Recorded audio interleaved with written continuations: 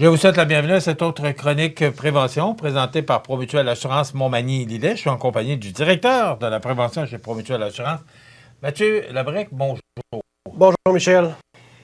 Mathieu, la dernière chronique, on a parlé d'inondation. Oui. Je pense que les dangers sont passés, mais quand même, il faut toujours mieux prévenir. Tout à fait. Mais là, je pense que les gens qui demeurent près de la rivière, ben là, peuvent, je pense, à moins que le niveau de l'eau avec les fortes pluies monte, là, je pense que le danger est passé. Quand même, là, je pense qu'il y a un certain soulagement toujours. Là, il y a une fébrilité. Année, hein? Il y a une fébrilité. On a hâte de les voir partir. Mais je pense que ça s'est bien déroulé. En tout cas, dans la région ici, je n'ai pas entendu parler d'événements malheureux.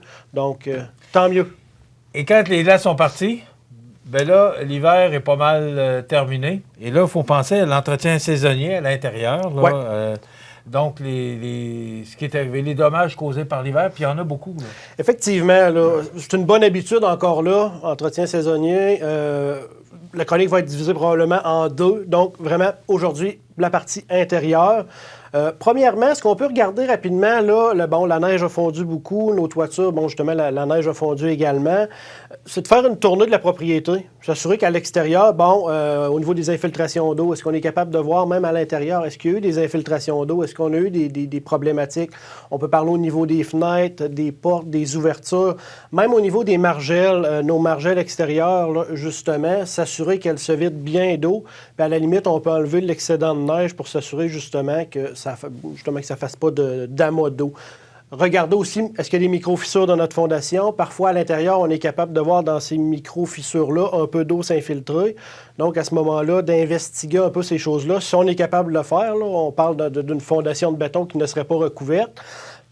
On peut voir ça, quoi? Le mur est humide? Ou... Le mur est humide, puis on peut voir justement la couleur changer parce que notre béton, justement, il va y avoir des fois, c'est pas beaucoup. Là, ça peut être juste des gouttes d'eau qui font que comme pas une masse, si on veut, mais comme une forme, justement, d'eau qui coule. Donc, à ce moment-là, ça peut nous indiquer qu'il y a une micro-fissure là. Puis regardez, on va la garder à l'œil pour voir est-ce que ça empire comme situation, est-ce qu'il y a des correctifs que je peux faire, puis au besoin, on va faire appel à des professionnels, justement, pour s'assurer que notre fondation est étanche.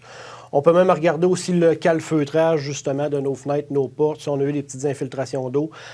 Dans le but de commencer à préparer notre saison estivale, puis peut-être faire les petits travaux au fur et à mesure. Parce que c'est le temps de faire les travaux l'été, là. On ne fait pas ça en plein hiver. Là. Non, on ne fait pas ça en plein hiver. Ce qu'on peut regarder aussi, par exemple, dans nos sols, est-ce qu'il y a des traces d'humidité, sans que ce soit vraiment des infiltrations d'eau? On sent que c'est plus humide, ou même des fois les odeurs, justement. On sent qu'il y a comme une odeur d'humidité, beaucoup d'humidité. Donc, à ce moment-là, d'investiguer ces choses-là pour trouver la source, parce qu'à ce moment-là, cette humidité-là, avec le temps, pourrait faire dégrader des matériaux, par exemple du bois, pourrait causer des moisissures, de la pourriture. Donc, à ce moment-là, d'autres problématiques qui arrivent plus graduellement qu'un gros dégât d'eau, si on veut, où est-ce qu'on voit. On arrive les pieds dans l'eau sous-sol. Oui. Tout à fait. Dans un premier temps, on va surveiller tous les éléments de plomberie. Donc, encore là, comme je le disais, vigilance, restez vigilant, restez attentif, restez observateur, justement, pour surveiller tous ces éléments de plomberie-là. On va commencer par sous les lavabos. Donc, sous les lavabos, c'est pas quelque chose normal. Tu sais, souvent qu'on va aller voir. Tous les jours, hein? On va pas là tous les jours. Justement, des fois, ça peut servir à amasser certaines choses. S'assurer de bien regarder notre tuyauterie pour voir est-ce qu'il n'y a pas une détérioration de nos tuyaux, par exemple. Détérioration des tuyaux, on peut le voir sous forme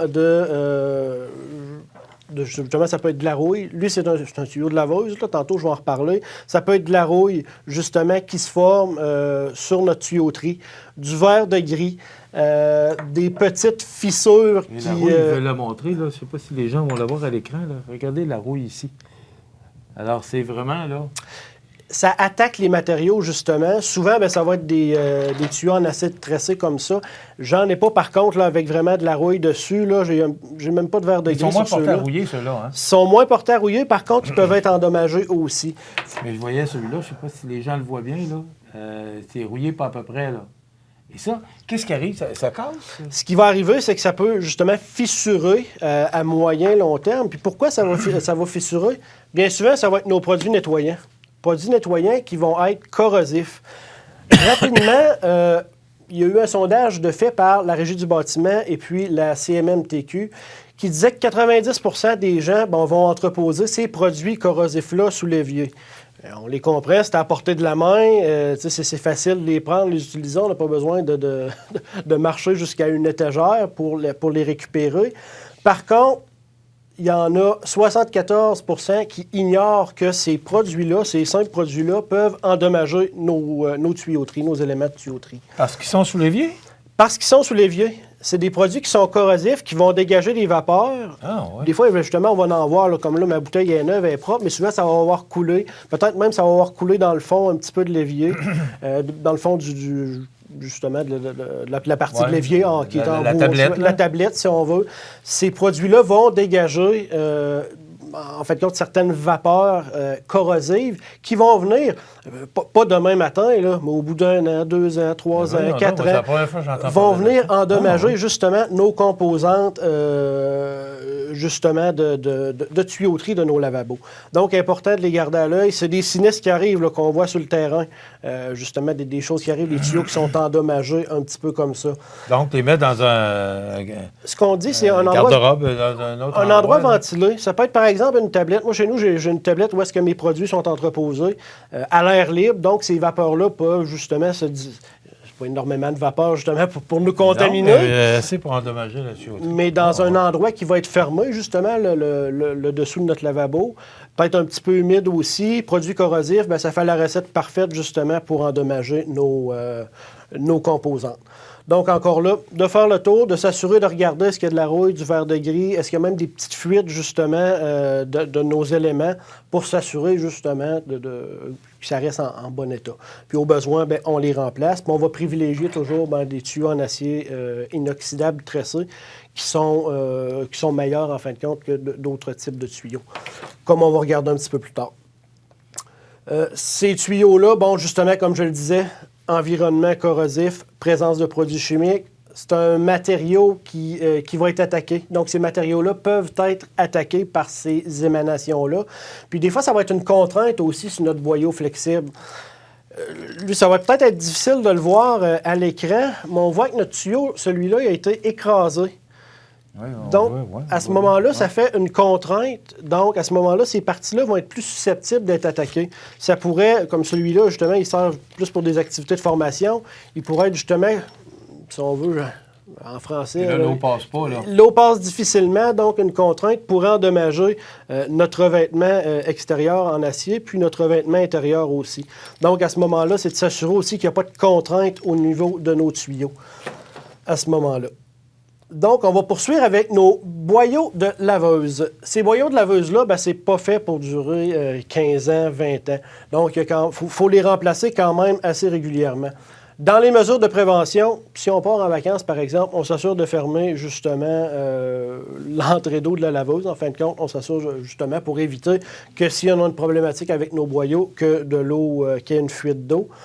On va les inspecter au moins une fois par année pour s'assurer justement qu'ils sont en bon état. Puis s'assurer de les remplacer dès qu'on voit une problématique. Problématique qu'on va voir avec les boyaux, justement, en caoutchouc, ça peut être des bulles qui vont se former, comme là, je peux te laisser celui-là, des bulles qui vont se former sur le tuyau, qui vont nous indiquer, justement, que notre boyau, l'intérieur de notre boyau commence à être endommagé. Là, on la voit bien, là. C'est sûr qu'ils ne sont pas gonflés. Par contre, quand il y a une pression d'eau, ils sont vraiment gonflés. Ça peut être assez impressionnant. Qu'est-ce qui fait ça?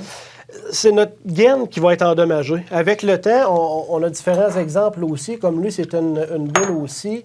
Nos tuyaux, comme dans ce cas-là, puis on va être dur à voir celui-là, il est vraiment craquelé. Je ne sais pas si vous voyez, là, mais le tuyau est tout fendillé. Là. Tout fendillé. Et là, il y a quand même...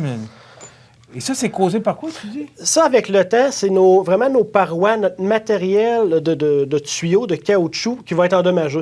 Donc, on parle là, justement, peut-être au bout de 10 ans ou de 15 ans, on l'a laissé là longtemps, parce que c'est rare aussi qu'on va voir en arrière de la laveuse. Mais à un moment donné, il va percer, puis il va... À un moment donné, il peut percer, puis il va faire énormément de dégâts. Donc, s'assurer de les avoir à l'œil. Encore là, un petit peu la même chose, tantôt qu'on a vu. Il peut avoir de la rouille, du verre de gris. Comme vous voyez, cette bague-là, elle tourne même plus, là. Elle est vraiment prise dans la rouille. Donc, même à l'intérieur, là. Donc, c'est des dommages, encore là, qui peuvent être soudains. Donc, à ce moment-là, si par exemple notre bulle ou notre tuyau qui est fendillé, justement, éclate, ou ça peut être graduellement, donc on parle d'une fuite graduelle du goutte à goutte qui pourrait emmener d'autres problématiques, par exemple de moisissure et de pourriture. Donc, important de les garder à l'œil. Et ça fait du dégât, là, parce que si on ne le voit pas, là... Si on ne le voit pas, ou si... on dirait que bien souvent, ça va arriver. On ne la voit pas. On ne la voit pas. Les gens, soit vont partir en vacances, ou même, dernièrement, j'ai vu, on part souper, on vient après le souper, puis finalement, on arrive les pieds dans l'eau. Donc, à ce moment puis là, on s'entend qu'à la grosseur de tuyau qu'on a là, ben, ça fait des dommages qui sont très importants. Et de l'eau, ça fait du dégât. Ça fait du dégât, ça va partout. Puis on s'imagine aussi souvent, si notre laveuse, est au rez-de-chaussée, notre sous-sol va être inondé. Si notre laveuse, par exemple, est à l'étage, mais tout ce qui est en bas va être inondé. Là. C'est des petites choses, justement, qu'on ne s'attend pas, mais que nous, dans les sinistres qu'on va voir, justement, pour les dommages par l'eau qui commencent à l'étage, qui se rendent au sous-sol, ça fait des dommages qui sont très, très, très importants. Nos boyaux aussi, on s'assure qu'ils soient homologués. Donc, à ce moment-là, ici, on a le petit sigle CSA. Donc, c'est des boyaux qui sont homologués. Souvent, je dirais pratiquement à 99,9 % de ce qu'on va trouver en magasin, ça va être homologué. Par contre, un boyau peut-être qui serait acheté sur Internet, pas cher, ben ça peut arriver qu'il vaille pas cher et qu'il ne soit pas homologué. Donc, une attention particulière aussi à porter justement à nos bons tuyaux. Boyaux qui sont souvent oubliés, les boyaux du lave-vaisselle. Donc, notre amenée d'eau du lave-vaisselle, encore là, ça va être un tuyau, justement, qui est souvent en acier tressé comme ça. S'assurer de jeter un œil aussi, il peut être plus difficile d'accès, mais par contre, il peut être encore là endommagé comme tout autre tuyau. Donc, de s'assurer le plus possible de l'avoir à l'œil. Puis on parle même du boyau d'évacuation. Donc, notre renvoi qui va se jeter dans notre plomberie principale vraiment pour évacuer l'eau. Souvent, ça peut être plus du goutte à goutte qu'on va voir, puis à ce moment-là, ben, avec les problèmes de pourriture, de moisissure. Notre joint de lave-vaisselle aussi, bref, ce qui fait le contour de notre lave-vaisselle, s'assurer qu'il soit bien nettoyé, bien entretenu pour éviter encore là tout dégât d'eau. Au niveau des réfrigérateurs, il y en a maintenant qui ont une alimentation en eau, par exemple, pour se servir de l'eau, ou même pour des glaçons. Donc, à ce moment-là aussi, on a vu des sinistres que c'est ce boyau-là, c'est des boyaux qu'on ne pense pas nécessairement, mais ces boyaux-là, justement, qui ont su... Ils doivent être changés... Ils doivent être remplacés aussi, je dirais rapidement, probablement selon le guide de l'utilisateur, ce qu'il va recommander, parce que souvent, le guide peut recommander de remplacer, par exemple, aux 5 ans, aux 10 ans. Donc, on s'assure de respecter ce que le fabricant nous dit. Ce que le fabricant nous dit, il l'a testé, donc normalement, on ne devrait pas avoir de problématique de ce côté-là. Peut-être terminer aujourd'hui avec les chauffe-eau. Toutes les installations au niveau des chauffe-eau. Un chauffe-eau, on s'entend que ça peut causer des dégâts qui sont très, très, très importants. Comme je donnais mon exemple, souvent les chauffe-eau au rez-de-chaussée, dans un sous-sol de plancher de béton, mur de béton, moins inquiétant. Encore là, si on met notre chauffe-eau à l'étage, ça peut être très important comme dégâts. Donc, encore là, on s'assure de le surveiller. Ce qu'on va recommander, c'est de le remplacer à tous les 10 ans ou s'il présente des signes de dégradation. Comment tu les vois, les signes de dégradation? Encore là, ça peut être des suintements au bas du réservoir, en fin de compte, de la rouille. Donc, on va voir là, du suintement. Normalement, c'est assez visible. Puis aussi, vraiment, notre base qui va être toute rouillée. Souvent, sur les fondations de béton, où est-ce que c'est plus humide un petit peu, souvent, on va le voir en bas dans le bas de notre réservoir. Il doit être installé encore là selon les normes du fabricant. Ce qu'on va recommander aussi, c'est de l'installer sur un plateau de récupération. Donc, ça va être vraiment un récipient, un bas récipient, en fin de compte, en plastique, justement pour pas qu'il ne repose directement au sol. Puis, ce récipient-là, on va demander de le relier à un drain. Donc, à ce moment-là, notre chauffe-eau fuit tranquillement. Bien, l'eau va s'évacuer tout de suite. Donc, à ce moment-là, ne créera pas de dégâts d'eau. On va probablement avoir le temps de voir qu'il y a une problématique, puis de remplacer notre appareil. Imaginez-vous... Excusez-moi, mon dos. Imaginez-vous le dégât que ça peut faire. Oui, c'est vraiment impressionnant. Peu importe où est connecté ce tuyau-là, mais imaginez-vous le dégât que ça peut faire. Très bonne chronique. La prévention, c'est vraiment ce qu'on a à faire. Donc, toute l'équipe de Promutuel sont là pour répondre à vos questions. Informez-vous, ne vous gênez surtout pas pour avoir de l'information. 248-7940 pour rejoindre Mathieu ou ses collègues à la prévention chez Promutuel Assurance Montmagny-Lillet. Voilà, ça complète. Merci Mathieu. Merci Michel. On se retrouve dans 2 semaines. Je vous souhaite la bienvenue à cette autre chronique prévention.